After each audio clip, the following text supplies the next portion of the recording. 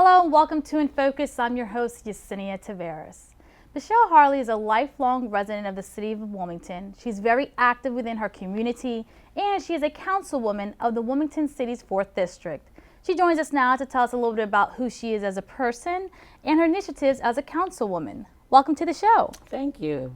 Thank you. Thank you for joining us. Very honored to have you here on In Focus. I'm happy to be here. Yes, thank you. So let's talk a little bit about being a lifelong resident here.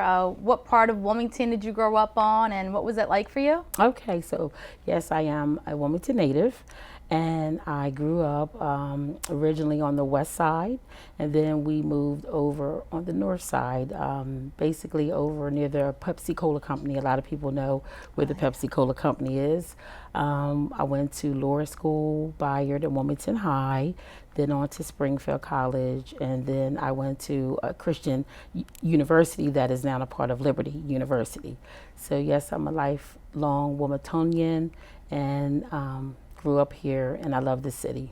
And was there anything growing up as a young adult, young teenager in the city that you saw that you admired and you loved, or anything that you wish that you could change? So I will tell you that I grew up spending a lot of time with my maternal grandmother, and I spent most of my summers with her, and she was always helping people. And I can remember from a very young age just seeing my maternal grandmother help people, my mother helping people, and it seems like that's something that I just became accustomed to growing up, helping people and looking out for other people and being a voice for people, and that stands out to me growing up. Wonderful. And Councilwoman Harlee, you are very active within your community. It's kind of always been that way for you. Not only are you a mother and grandmother, but you share that kind of passion and love with your family as well. Yes. So let's get into a little bit about, I know one thing that's very big for you is civic associations and making sure that everyone knows their civic associations within their districts and how to get involved. And that's kind of where you connect with them one-on-one. Yes. So let's talk a little bit about just that part in itself. Okay, so about 15 years ago, I can recall getting a flyer in the mail where I live at, which is Compton Park Square between 5th and 6th, Pine and Lombard. I got a flyer in the mail that they were looking for people to get involved with the Civic Association, and that was about 15 years ago. So I called the number and got involved. I figured, I wanted to help out and bring my organizational skills and etc. So when I went to the meeting, I think after being there for about a couple months, they wanted me to be the president of the Civic Association. So I became the president of the Compton Park Square. From there, I started going to different meetings. I ended up working with Eastside Rising with them on their strategic plan for the East Side. From there, I was asked to join the Stepping Stones Credit Union Board. From there, I was asked to be a part of the Wilmington City Committee. So I definitely got started about 15 years ago, but I can say it all started with my Civic Association, not just Civic Association, but affiliation, should I say, with different people meeting me, just having that exposure and just connecting with other people that wanted to do the same thing and had the same heart for the community. So it was about 15 years ago I got involved with the community, and I've been very involved in my church too for the last 20 plus years, being involved with different ministries in my church and also at work, being a mentor to our interns and to the co-ops that come into my organization. So for the last 15 years prior to getting elected, I have been involved with helping people and basically being a public servant. And why is it so important to get involved with our civic associations? Like, what is the cause of that, the root of these associations, and what do they do for our community? So it's an organized voice. That's one reason why I like to promote and encourage people to find out what civic association that you live near, because people come together and share their concerns, their interests, and their issues collectively. And when you come and you share what's going on your block, you will find out that there's other people that are going through some of the same things that you may be going through. And collectively, that's how you get your voice heard and you involve your elected officials, because they prefer to come to a group in the community where it's organized and they know that this is a collective concern, not just one individual, even though every voice counts. I get that. But when you learn that there's a group of people that have the same interests, issues, and concerns, that is the power of a civic association. And not only are you listening to the concerns of your constituents and, well, your residents, peers at the time. Yes. You have this lifelong standing career with DuPont and 3 generations strong. Yes. Let's talk a little bit about the importance of family, supporting one another within your careers, and then your lifelong career, 30 plus years with DuPont. Yes, yes. So I am proud to say that we are 3 generations strong at DuPont. Me, growing up, my father worked for DuPont. I have an older sister, 2 older sisters that work for DuPont. And then, of course, later, I started working for DuPont, and my daughter now works for DuPont. Wonderful. That third one right there, that's Michelle. She works for DuPont. So it was like DuPont was a household name for me growing up. And I can honestly say I didn't get in because of my father.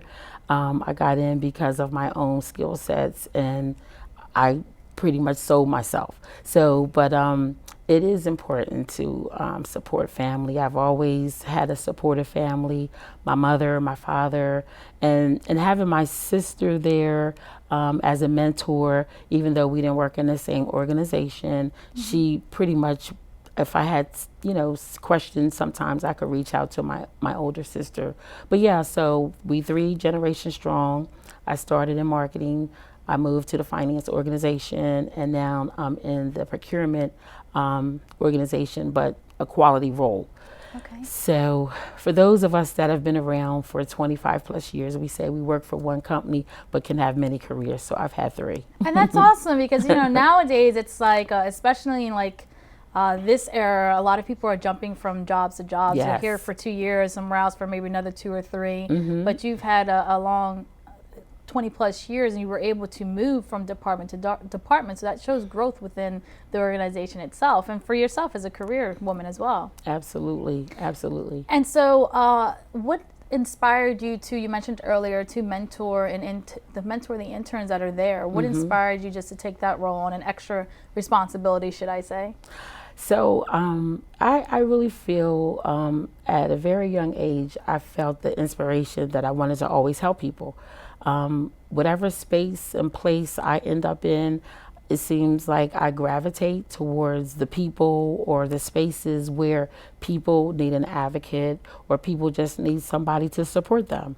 So as an African American, when other African Americans come into the company, I just wanted to make sure that they felt welcome, that they felt like they belonged there. So I belonged to a network, and our network collectively felt as though we wanted to take on an initiative. And it was one that I volunteered for, because I said, this feels like something that I should be doing. And how important is it to have a mentor in one's life? And do you have one yourself that's guiding you towards all steps of your career, your faith-based, everything?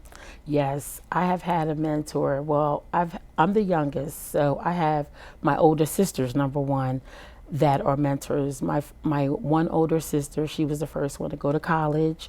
I can remember, as a family, she went to Delaware State University, the family going down like every other week, taking her food and things of that nature. So she was the first one in our family to go to college. So I knew that I wanted to go to college and that was the right thing to do. But not only in my family, I've had a spiritual mentor, I've had a leadership mentor, and even in the community, I have a mentor. And I think it's important because I feel as though for people that have already traveled a particular journey or a particular road, that they can help you to avoid pitfalls. And they can share with you the pros and the cons of their journey. So I think that having a mentor, you can get to your destination and where you're trying to go a little quicker without making some of the same mistakes. Right. And talking about spiritual mentor, there's another side of you a lot of people don't know too much about, but faith does play a very important role in your life. And how did that come about for you? Yeah, so my faith walk is the foundation of who I am. I became a public believer at the age of 18. So from the age of 18, I started my journey, and I believe not long after that, I got involved in serving inside the four walls of the church. And from there, I began to find my purpose, and I began to know what it was I was created to do. And I learned that being a people helper, a supporter, and an advocate, as well as, I was called into fivefold ministry. I ministered my first sermon in 1986. I went to Bible college. I have a master's in theology as well.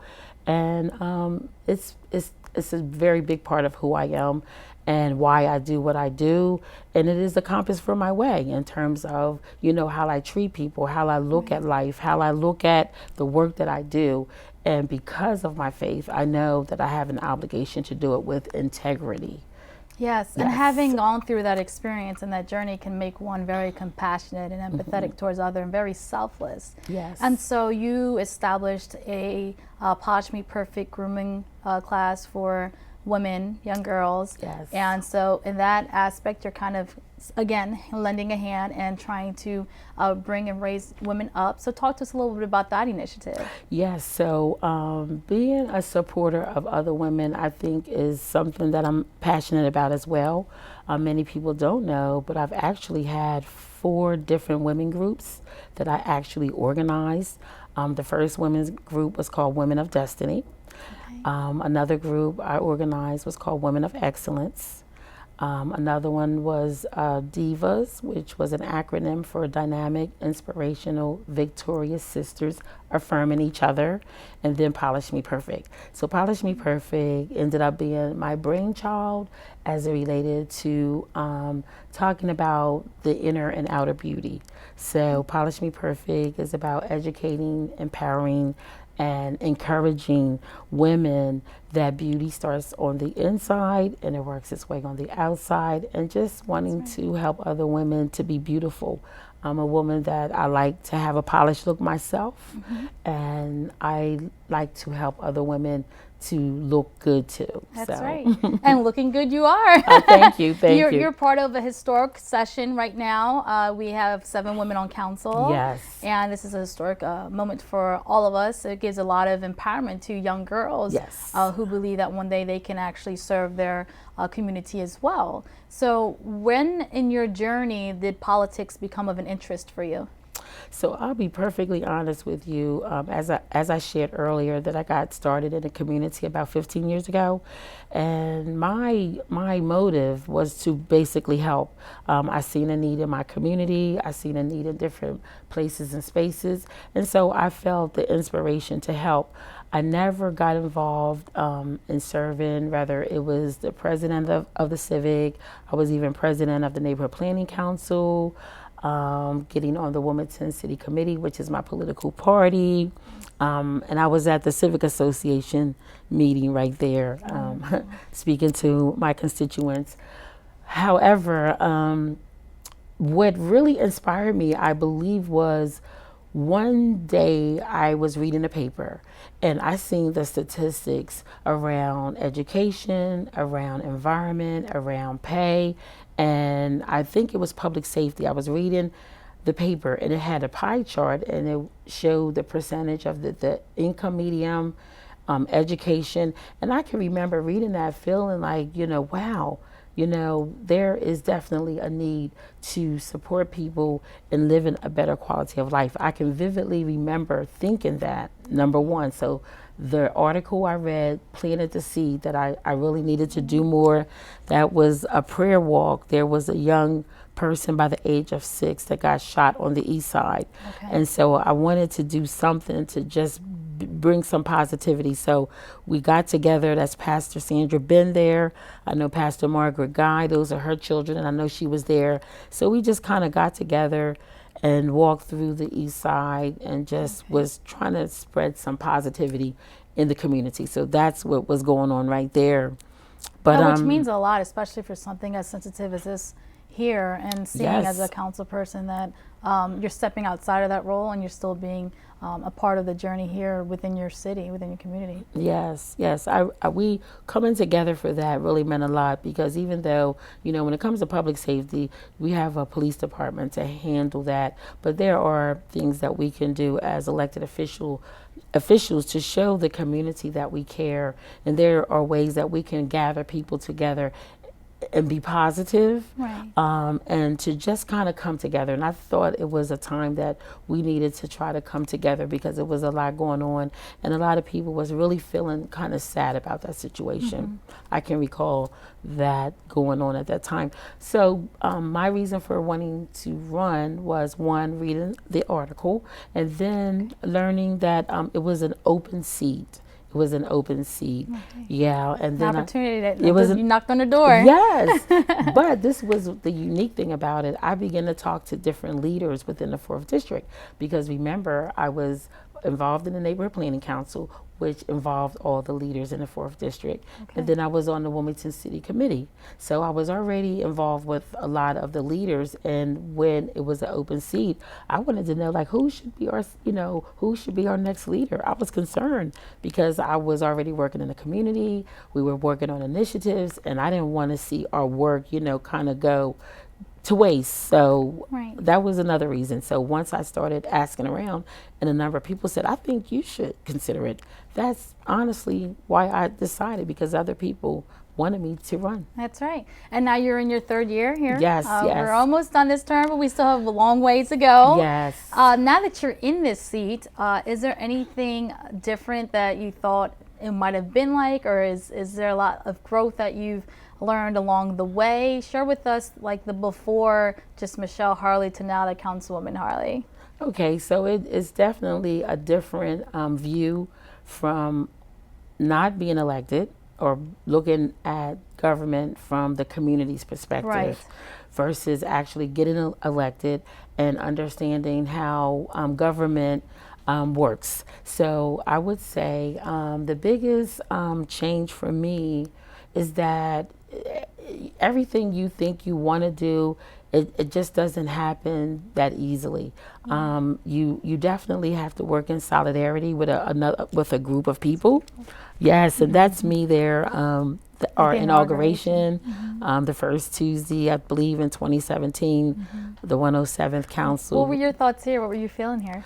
I was just feeling like, this is really happening. That's what I was thinking. The moment is here. Yes. And it was a great moment. And I really feel great about being in this position to be able to support and advocate for people at a higher level and at a level that is sustainable.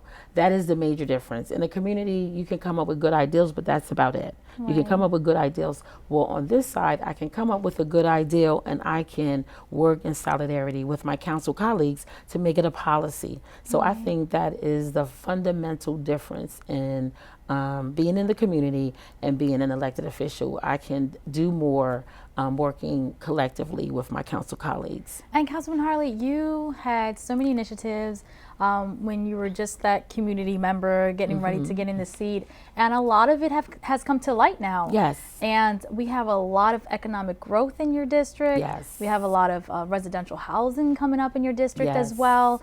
Talk to us a little bit about that. I mean, we have the DECO that's in your district. We have the wetlands that's going to happen in regards to making sure that the flooding kind of stops in the Southbridge area. Yes. And we actually have, and also here's the DECO. Everyone loves to go there. We go there for lunch too. But you also also have at the riverfront another new hotel that's getting built. So talk to us a little bit about this economic growth that is happening, not only on the business side, getting new business owners here, but also retaining business here as well, and making sure no one leaves in these districts.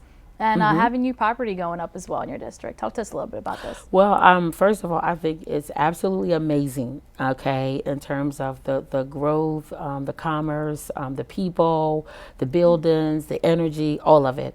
And the reason I say that is because working for DuPont, I worked downtown years ago when it was bustling with people, and you could barely get down Market Street. So I was there when it was bustling with people, and then I was there when it kind of went into a dry spell. And so to see this renaissance of people and buildings and restaurants coming back is really a great feeling. Being a native Wilmingtonian, seeing the new hotels, the restaurants, and most of all, just seeing the economic growth.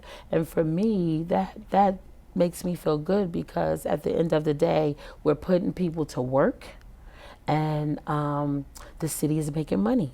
Right. So first and foremost, families are making money, people are making money, and then, you know, the city is able to capitalize on that revenue, because as we know, the City of Wilmington's revenue comes from property taxes and wage taxes. So as the city grows, people are making money, and that's more revenue, which allows our constituents to hopefully not have to be concerned about taxes going up as much, you know, when those revenue streams are coming in, and they're coming in the right direction. So the growth is great. The wetlands project, I'm excited about that, because Southbridge has been declared as a flood zone for over 50 years.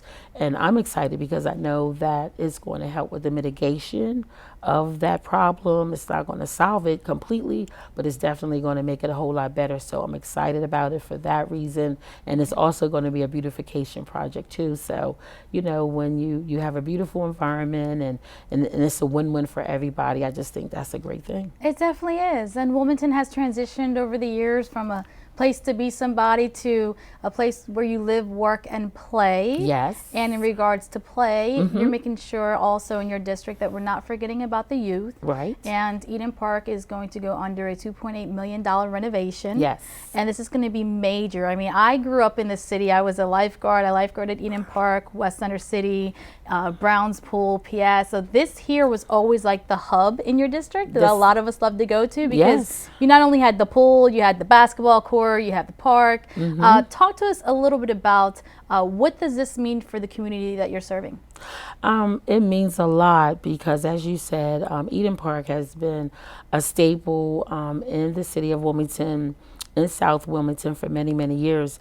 And to see, you know, how it went from a thriving area for families to what it was prior to the renovation, it makes my heart glad, because one, it's an awesome asset to the city, because I can't think of one park that has a football field, a swimming pool, a picnic pavilion, okay, and playground equipment. So when you think about it in totality, it's a wonderful asset. And so I think it is definitely money well spent in the city of Wilmington, to be able to be a place where families and children can come and gather again in a positive way and enjoy each other. So I think it's great. And I think it'll bring up the just the energy and the morale and the residents there, because sometimes you can get so caught up on what's really going on other parts and other districts of the community that you as a resident might feel like, oh, well, when's our turn? We're being left out. And this is going to be huge, because not only is it just going to be for the residents on that part, but I'm almost certain you're going to get a lot of other kids from other districts coming over here to build new memories as well in Eden Park. Right, because Southbridge is a place where just about everyone at some point in time in the African American community have lived there, used to go over there to play and socialize or what have you. So you're absolutely right. I think when those that are familiar with Southbridge learn about the renovations and what's happening over there, I think that they will start coming back again. And how important is it as a person or just as a councilwoman to make sure that, and I know it's probably very hard to tackle all those areas, but you have education, you have public safety, you have economic growth. So talk to us a little bit about how you're just making it do, like you're really just working your part into making it happen. Yeah. So you're right. So because you have to run in a district where you live, it's almost like, you don't pick and choose what district. But I'm very happy and excited that I ended up in the 4th district. And I say that because there is a lot going on in this district. And because of my background and my training and all the work that I was already doing before I got elected, juggling a lot of different things, hats, and all kinds of activity in my life is a norm for me. So being in the 4th district is a good thing that I came in with the training and the experience, because a lot goes on. So as it relates to the educational piece, even though we know that the state, they are the decision makers around education, I just make it my business to make sure that my constituents know what's going on. So around the education piece, we have 2 schools that are not going to be operating as schools in September. I made sure that I knew what at each point and phase what was going on, and making sure that I got that information back to the families, the parents, so they would know what was going on, and that I could try to eliminate as much anxiety for them as possible. So around education, that is what comes to mind in that particular area, education. And I know we're at the end here, but I know you have a strong energy when it comes to the spirit of the charter. Yes. You've made some changes in regards to making sure we fill in certain council member seats, and also the fireworks resolution as well. So yes. We just have a few seconds, but how important is it to make sure that we govern our community the way the city charter is written? So what I've learned is that our charter has the spirit of a democracy, being inclusive and being fair. And when there is something that comes up that needs to be addressed, that's the first thing I always do, is go back and read what the charter says about that particular topic. But as it relates to the resolution for the fireworks and firecrackers and things of that nature, I wanted to sponsor that because it was a nuisance, and it created problems for a lot of my constituents, my seniors. And not only that, the damage for people and property, I mean, just in totality, it was just an issue that I felt as though I could do something about it. If I could move the needle forward a little bit, I wanted to do it. So that's why I sponsored that resolution. And even with the residency, I just went back to the charter, and the charter was very democratic about it. And I figured, let's do it the way the charter has it outlined, and everybody wins. So. Right, win-win situation for everyone. Yes. Council members and also the constituents here who you're serving as well. Yes. Well, thank you so much, Councilwoman Harlee, for your time. We look forward to still working with you for the rest of the term, and all the great things that are happening in your district. Thank you. Yes. Thank you. Thank you for your time. Thank you. And on behalf of all of us here, the staff here at WITN 22, we'd like to take this opportunity to thank you for watching this episode of In Focus. I've been your host, Yesenia Taveras.